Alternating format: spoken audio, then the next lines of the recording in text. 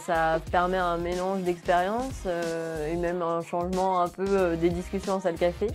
Moi, quand j'ai rejoint l'équipe en tant que première femme, ils appréhendaient un petit peu parce qu'ils disaient on va devoir changer les blagues qu'on fait dans le bureau et en fait, très vite, ils m'ont bien accueilli. Moi, je me suis intégrée et ils m'ont même fait le retour que c'était très positif d'avoir un peu cette mixité qui se mettait en place. Depuis, beaucoup d'autres femmes ont rejoint l'équipe et voilà, tout se fait très naturellement.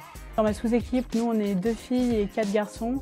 Et c'est une équipe qui tourne très bien, où on s'entend bien, on n'a pas de mal à communiquer entre nous, à se donner du feedback. Et je pense que cette diversité qu'on a entre nous nous aide à arriver à des bons résultats. Moi, je travaille dans une équipe de 9 personnes. Sur les 9 personnes, nous sommes 3 femmes, mais assez différentes. Le métier du support en lui-même, il est fait de communication et technique. Et on fait forcément tous les deux.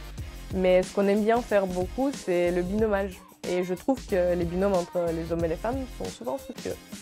Une équipe mixte, c'est une richesse. Je pense qu'il y a plus, on n'a pas forcément les mêmes façons de penser et il y a plus d'idées qui émergent quand on fait des réunions avec des hommes et des femmes. Pour moi, c'est avant tout effectivement le partage de connaissances, les apports que ça peut avoir, puisque quand on est différents profils, forcément on bénéficie d'expériences différentes, de valeurs différentes, donc on a tous à apprendre les uns des autres.